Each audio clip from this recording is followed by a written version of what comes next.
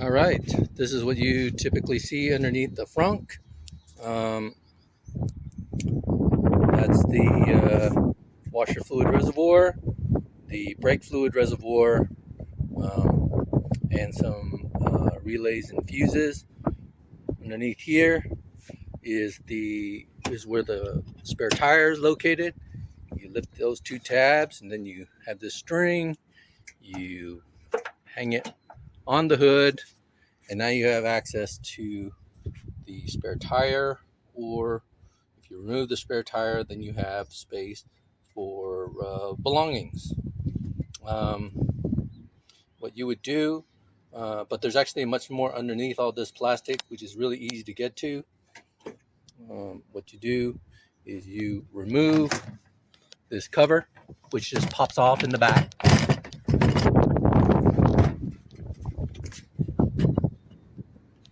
You remove the push pins.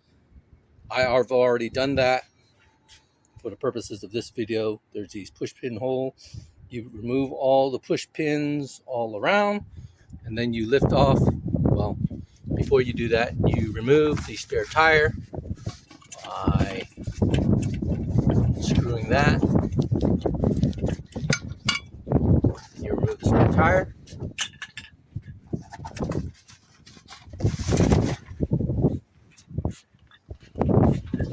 And finally you remove the plastic cover,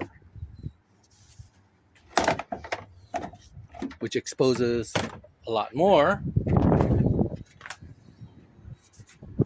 But if you also remove these 10 millimeter bolts, which I have already loosened,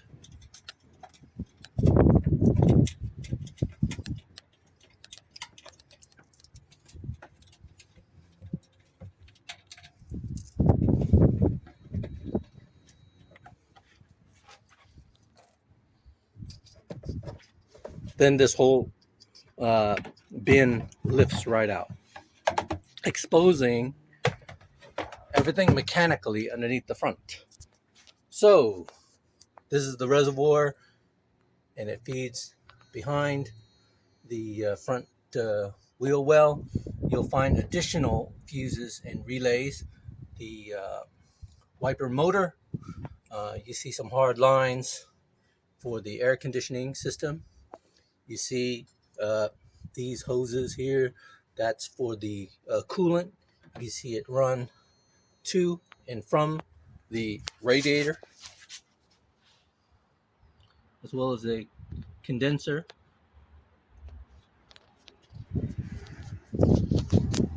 This hoses here are part of the setup to bleed the cooling system.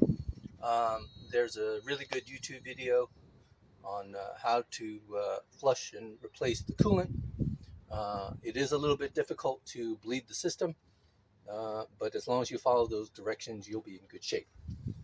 There's of course the brake fluid reservoir. The brake fluid was completely flushed.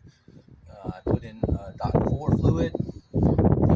The clutch fluid reservoir is over here. I of course flushed that as well. Not only did I just change the fluid, but I bled the system at the slave cylinder. This is the electro-hydraulic power steering system. So since there's no power steering pump because the engine is in the back, they used an electric motor to create the power steering fluid pressure, and it uses a special electric power steering fluid that Toyota no longer makes. And so a good substitute is to use Nissan's electric power steering fluid. So MR2 Spyder group members know this already. This is of course the steering rack, and no tears on the boots, no problems on the inner or the outer tie rods. So everything's in good shape there. You can see that everything's original and in good shape. Oh, I forgot to mention, of course, the MR2 Spyder is much like the Honda S2000. So there are VIN stickers on all the body panels. This is the right fender, the left fender, the hood, and I'll just do a run around where all the stickers are.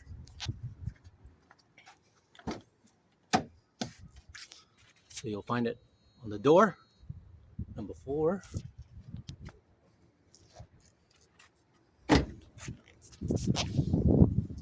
On the left fender, left rear fender, excuse me. On the engine compartment cover, I don't want to call it a trunk. The right rear fender. And last but not least, the right door. So the MR2 Spyder has a total of 8 VIN stickers throughout.